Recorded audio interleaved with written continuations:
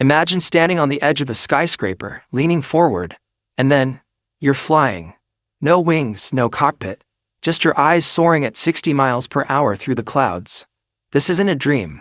This is the reality DJI has just democratized. For years, the barrier to true immersive flight was a $2,000 price tag and a complicated setup that made most people give up before they even took off. But the silence has been broken. DJI has just released the Goggles N3, and it is the single most disruptive piece of tech in the drone world right now. It is a box goggle that thinks it's a high-end cinema rig. But there is a massive catch. A compatibility wall that is making some pro pilots furious while beginners are celebrating in the streets. Today, we are tearing apart the hype to see if the Goggles N3 is the ultimate gateway to the skies or just a budget trap you'll regret in 6 months. Let's talk about the box goggle stigma.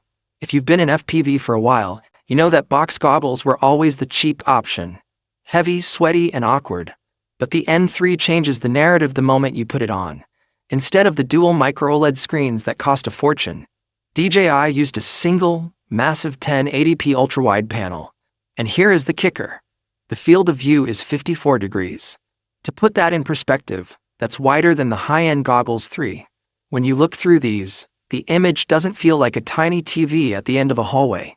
It feels like you are sitting in the front row of an IMAX theater. The world of your drone isn't just in front of you, it's surrounding you. And for the millions of Americans who wear glasses, the N3 is a godsend. No diopter adjustments, no expensive prescription inserts. You just put them on over your glasses and fly. It's the first time FPV has felt truly plug and play for everyone. But why did DJI go backwards to an LCD screen? It wasn't just to save money. It was about eye comfort. One of the biggest complaints with dual-screen goggles is eye strain and dizziness because your brain has to fuse 2 images into one. With the N3's single-panel design, that strain vanishes. You can fly for 2 hours straight, which, by the way, the 2.7-hour battery life easily allows, without feeling like your brain has been through a blender. This is the endurance king of the DJI lineup. But as we dive deeper into the tech, you'll see that this comfort comes at a very specific cost. The 60 Hz refresh rate. In a world where the Goggles 3 are pushing 100 Hz, is 60 Hz enough to keep you from crashing into a tree?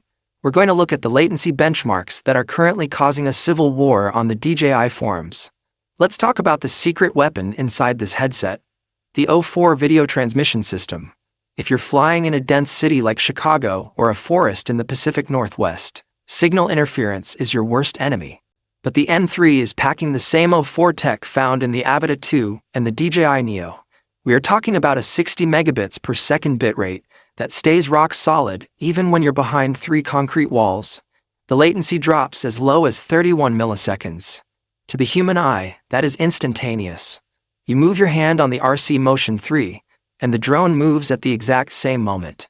It's a level of telepathic control that was previously reserved for pilots who spent years building custom rigs.